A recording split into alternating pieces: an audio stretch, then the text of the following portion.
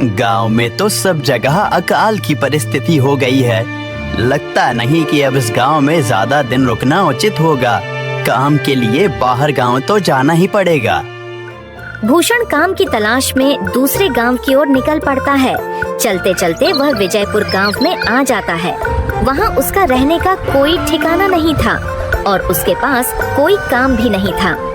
चलते चलते वह एक अमीर किसान जगत सेठ के पास आ पहुंचता है।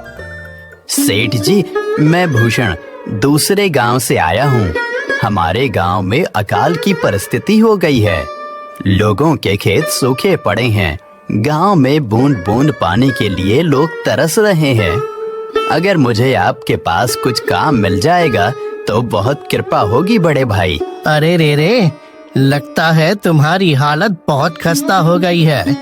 ठीक है, वैसे मेरे पास एक काम तो है, पर लगता नहीं कि तुम वो कर पाओगे। सेठ जी, आप चिंता ना करें। मुझे आप कोई भी काम दे सकते हैं। मैं वो काम पूरी मेहनत और ईमानदारी से करूँगा। अच्छा ठीक है भूषण, तो कान खोल कर सुन लो।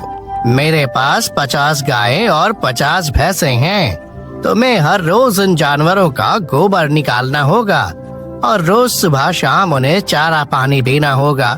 महीने के आखिर में तुम्हें इस काम के लिए 200 रुपए मिलेंगे। और हाँ, 2 वक्त का खाना भी हमारी तरफ से मुफ्त दिया जाएगा। बोलो, क्या तुम ये काम कर पाओगे? अरे बाप रे, 50 गाय और भैंसों को संभालना आसान काम नहीं है। पर अब मैं कुछ कर भी तो नहीं सकता, और ऊपर से सेठ जी 2 वक्त का खाना भी दे रहे हैं। ठीक है सेठ जी, मैं ये काम कर लूँगा, पर एक विनती है। हाँ बोलो भूषण, क्या बात है? सेठ जी, अगर आपको समस्या ना हो तो क्या मैं आपके गायों के साथ गौशाला में रह सकता हूँ? सेठ जी, मैं इस गांव में नया हूँ।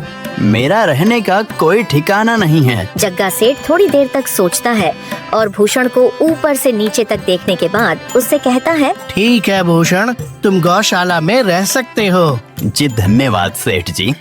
तब से भूषण गौशाला में रहकर अपना काम करने लगता है। वह रोज जल्दी उठकर गाय और भैंसों का गोबर निकालता, उन्हें चारा डालता और समय पर पानी भी पिलाता था।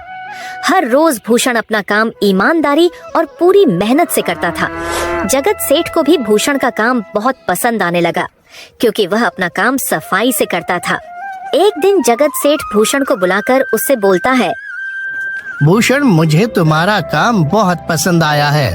तुम गाय और भैंसों का अच्छा ख्याल रख रहे हो, इसलिए दूध की गुणवत्ता भी बढ़ गई है और गायें पहले से ज्यादा दूध भी दे रही हैं। इसलिए मैं आज से तुम्हारी तनख्वाह बढ़ाकर पूरे 400 रुपए कर रहा हूँ। आपका बहुत बहुत धन्यवाद सेठ जी। कुछ दिन ऐसे ही बीतने लगते हैं।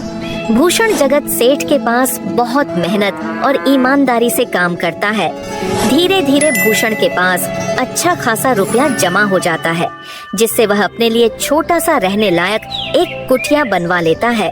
उस गौशाला में सोकर तो नाक से गोबर की गंध अभी भी नहीं जा रही। अब आखिरकार मुझे अपने घर में चैन से सोने को तो मिलेगा। तब से भूषण जगत सेठ के पास गौशाला में काम करने आता और 2 वक्त का खाना खाकर अपने घर सोने के लिए चला जाता था। कई साल ऐसे ही बीत जाते हैं। भूषण की मेहनत के कारण उसके पास अच्छा खासा रुपया जमा हो जाता है। एक दिन भूषण जगत सेठ से बोलता है, सेठ जी, आजकल गांव में चोरी की समस्या बहुत बढ़ गई है और मेरे पास कुछ रुपए भी जमा हैं जो मैंने अपने घर में रखे हुए हैं, पर मुझे उन पैसों की चोरी की चिंता हो रही है। आपको तो पता है कि मैं दिन भर आपके पास ही काम करता हूँ और सिर्फ रात में ही घर सोने जाता हूँ, इसलिए मुझे रोज उन पैसों की चोरी की चिंता सताती है। हाँ भूषण, तुम बात तो बिल्कुल सही कह रहे हो। आए दिन गांव में नए नए चोरी के किस्से सामने आ रहे हैं और दिन भर तो तुम्हारा घर खाली ही रहता है, तो चोरी होने की संभावना तो जरूर है। जगत सेठ थोड़ी देर सोचता है और फिर भूषण से कहता है, देखो भूषण, ऐसे समय में तो गांव में एक ही जगह है जहां पर तुम्हारा धन सुरक्षित रह सकता है, और वो है जमींदार का घर। क्या जमींदार का घर? हाँ भूषण, इस गांव के जमींदार बहुत ईमानदार और दयालु हैं। ऐसा मैंने कुछ लोगों से सुना है और उनके घर पर बहुत सारे पहरेदार भी हैं, तो चोरी होने की संभावना बहुत कम है। तुम अपने पैसे उनके पास रख सकते हो। अच्छा, ऐसा है क्या सेठ जी? ठीक है, फिर आज ही मैं जमींदार जी से मिलकर बात करता हूँ और उन्हें अपनी समस्या बताता हूँ। उस दिन भूषण जमींदार जी के घर उनसे बात करने जाता है। तुम रुको, कहाँ अंदर आए जा रहे हो? वहीं रुक जाओ। जी, मुझे जमींदार जी से मिलना है। मुझे उनसे कुछ काम है। क्या काम है तुमको उनसे? मुझे जरा बताओ। जी, मुझे कुछ पैसे रखवाने थे उनके पास, यही काम के लिए आया था मैं। अच्छा ठीक है, तुम अंदर जा सकते हो। नमस्ते जमींदार जी, मैं भूषण जगत सेठ के यहाँ काम करता हूँ। कुछ साल पहले ही मैं दूसरे गांव से यहाँ आया हूँ। अच्छा भूषण, बोलो तुम्हारा क्या काम है मेरे पास? जमींदार जी, मैं सालों से जगत सेठ के पास काम कर रहा हूँ और मैंने कुछ रुपए भी जमा कर लिए हैं। पर बात यह है कि गांव में चोरी की समस्या बहुत बढ़ गई है, तो मुझे अपने रुपए घर में रखने से डर लग रहा है। अच्छा, कितने रुपए जमा किए हैं तुमने? जमींदार जी, यही कोई 5 से 6 हजार रुपए होंगे मेरे पास। वाह, ये तो बड़ी रकम है। मैंने आपकी ईमानदारी के बारे में लोगों से बहुत सुना है, इसलिए मैं अपनी रकम आपके पास कुछ वक्त के लिए रखने आया हूँ। हाँ भूषण, तुमने बिल्कुल सही सुना है। तुम्हारी रकम मेरे पास पूरी तरह से सुरक्षित रहेगी। तुम अब चिंता ही छोड़ दो, मैं सब देख लूँगा। भूषण अपने पैसों की थैली जमींदार को दे देता है। ये पूरे 5,800 रुपए हैं, आप गिनकर देख लीजिए। गिनने की क्या जरूरत है? तुम तो जगत सेठ के आदमी हो, मुझे तुम पर पूरा विश्वास है। जमींदार जी, आपका बहुत बहुत धन्यवाद। अब मुझे चोरों का कोई डर नहीं है, क्योंकि मेरे पैसे सुरक्षित हाथों में हैं। अरे भूषण, कोई बात नहीं, धन्यवाद तो मुझे बोलना चाहिए, जो तुम मेरे पास आए अपने रुपए रखने के लिए। भूषण अपने पैसे जमींदार को देकर अपने घर चला जाता है। हाँ भूषण, तुम्हारे पैसे मेरे हाथों में ही अच्छे लगते हैं। ऐसे ही भूषण ईमानदारी और मेहनत से जगत सेठ के यहाँ काम कर रहा था। देखते ही देखते 2 साल ऐसे ही बीत जाते हैं। एक दिन भूषण सोचता है, अब बहुत साल हो गए जगत सेठ के यहाँ काम करते हुए। वैसे सेठ जी तो बहुत अच्छे इंसान हैं, पर सोच रहा हूँ कि खुद की जमीन लेकर उस पर मेहनत करूँ, तभी मैं बड़ा आदमी बन सकता हूँ। अब जो मेरे पास थोड़े कुछ पैसे हैं और जो जमींदार के पास कुछ पैसे संभालने के लिए दिए हैं, वो जमा करके थोड़ी जमीन खरीद लूँगा। आज ही जमींदार से मिलने जाता हूँ और अपने रुपए मांगता हूँ। ये सोचकर भूषण जमींदार जी के घर चला जाता है। जमींदार जी, मैं अपने रुपए वापस लेने आया हूँ। आपके पास मैंने 5,800 रुपए दिए थे संभालने के लिए। अरे भाई साहब, मैंने पहचाना नहीं आपको। वैसे कौन हो आप? अरे जमींदार जी, मैं भूषण हूँ। पिछले साल मैंने आपको पैसे संभालने के लिए दिए थे, याद आया कुछ? अरे भाई साहब, मेरे पास कितने सारे लोग आते जाते हैं पैसे रखने के लिए, और सभी के साथ मेरा अच्छा व्यवहार होता है।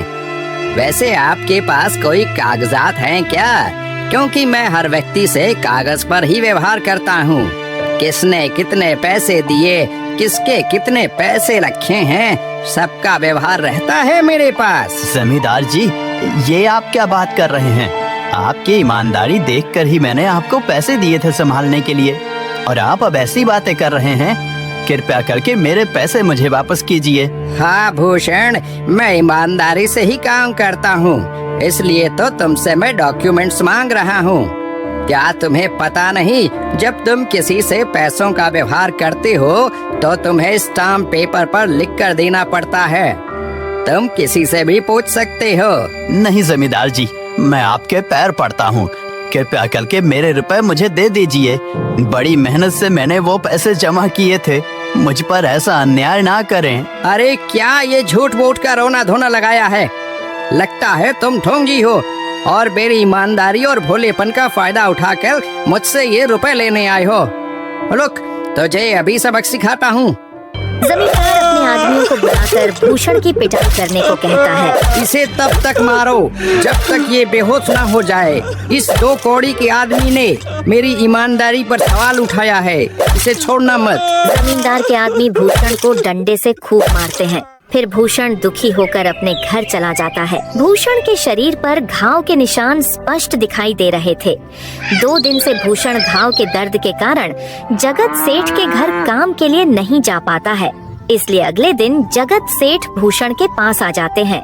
वह देखते हैं कि भूषण खाट पर सो रहा है और वह बड़ा ही चिंता में नजर आ रहा है।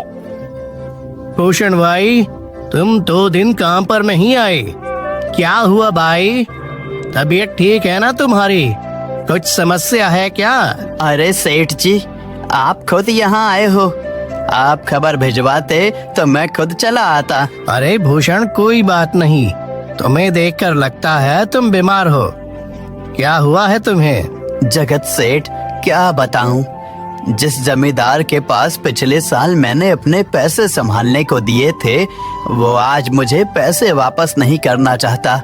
वो बहुत लालची इंसान है, वो लोगों को ठग रहा है। और जब मैंने बाद में गिड़गिड़ाना शुरू किया तो उसने डंडे से मार मार कर मेरी पिटाई करवा दी और मुझे वहाँ से धक्के मार कर निकाल दिया। अरे बाप रे, ये तो बड़ा ही गंभीर विषय है। मैंने तो जमींदार के बारे में अच्छा ही सुना था और मुझे भी नहीं पता था कि वो इंसान इतना गिरा हुआ है। तभी मैं सोचूं हर साल उसकी संपत्ति इतनी ज्यादा कैसे बढ़ रही है। मुझे माफ कर दो भूषण, मैंने ही तुम्हें जमींदार के पास जाने को बोला था। गलती तो मेरी भी है। नहीं जगत सेठ, आप तो मेरा अच्छा ही सोच रहे थे। ये तो उस जमींदार का लालच है। अब लगता नहीं मेरे पैसे उस जमींदार से वापस मिलेंगे भी। भूषण, मेरे पास एक तरकीब है जिससे मैं तुम्हारे पैसे तुम्हें वापस दिला सकता हूँ। जगत सेठ भूषण के कान में सारी तरकीब बताता है। ठीक है सेठ जी, हे ऊपर वाले, ये तरकीब कामयाब होने दीजिए। अगले दिन जगत सेठ बहुत सारे पैसों को एक सूटकेस में भरकर खुद जमींदार के घर जाता है। अरे जगत सेठ, आज आप खुद यहाँ? बोलो भाई, इस गरीब के घर कैसे आना हुआ? हमारा तो ये सौभाग्य है कि आप जैसे धनी आदमी के चरण हमारे घर में लगे हैं। नमस्ते जमींदार जी। अरे जमींदार जी, आप तो मुझे अब लज्जित कर रहे हैं। वैसे मैं कुछ महीनों के लिए दूसरे राज्य में व्यापार करने जा रहा हूँ। मैं ये लगभग 50,000 रुपए लाया हूँ। मुझे डर है कि कहीं ये चोरी ना हो जाएं। क्या आप मेरे सारे पैसे अपने पास संभाल कर रख सकते हैं? आपके सिवाय इस गांव में और किसी पर भरोसा नहीं कर सकता। अरे जगत सेठ, ये भी कोई पूछने की बात है? मेरे पास आपके पैसे बिल्कुल सुरक्षित रहेंगे। आप निश्चित होकर व्यापार करने जा सकते हैं। इस बार तो बड़ी मछली हाथ लगी है। बार बार ऐसा मौका नहीं मिलता। भारी माल हाथ में लगने वाला है। तभी वहाँ पर भूषण आ जाता है। अरे भूषण, तुम? अच्छा हुआ तुम आ गए। मैं तुम्हारे पास ही आने वाला था। मुझे माफ करना, उस दिन तुम्हें पहचान नहीं पाया। इतने सारे लोग मेरे पास आते हैं तो जरा परेशानी होती है, पर मैं अपनी बातों का बड़ा पक्का हूँ। हाँ रुको, मैं तुम्हारे सारे पैसे अभी देता हूँ। जमींदार भूषण के सारे पैसे उसे लौटा देता है। माफ करना भूषण, मेरे आदमियों ने तुम्हारे साथ उस दिन बदतमीजी की। मैं आज ही उनको काम से निकालता हूँ। भूषण बिना कुछ बोले वहाँ से चला जाता है। अरे क्या बात है जमींदार जी, आप तो अपने बातों के बहुत पक्के हैं। तो ठीक है, मैं अपने सारे पैसे आपके पास रख सकता हूँ। जगत सेठ इतना बोल ही रहा था कि तभी वहाँ जगत सेठ का नौकर आ जाता है। मालिक, अब आपको बाहर के राज्य में जाने की कोई जरूरत नहीं है। अभी अभी व्यापारियों का संदेश आया है और उसने कहा कि वो खुद हमारे गांव आ रहे हैं। अरे ये तो बहुत बढ़िया बात हुई। अब मुझे इतनी दूर नहीं जाना पड़ेगा। सुन रहे हो जमींदार जी, व्यापारी यहाँ आ रहे हैं। अब मुझे नहीं लगता कि ये पैसे आपके पास रखने का कोई मतलब होगा। चलो, आपका बहुत बहुत धन्यवाद। आपने इतनी ईमानदारी दिखाई मुझे। हाँ, पर अगली बार जरूर आपके पास ही आऊंगा। ऐसा बोलकर जगत सेठ और उसका नौकर वहाँ से अपने पैसे लेकर चले जाते हैं। धत तेरी की, ये क्या हो गया? ये 50,000 तो चले गए और जो भूषण के 5,800 रुपए हड़प लिए थे वो भी चले गए। आपका बहुत बहुत धन्यवाद सेठ जी। अगर आज आप ना होते तो मेरी सारी जमा पूंजी वो जमींदार हड़प लेता। भूषण, कोई बात नहीं।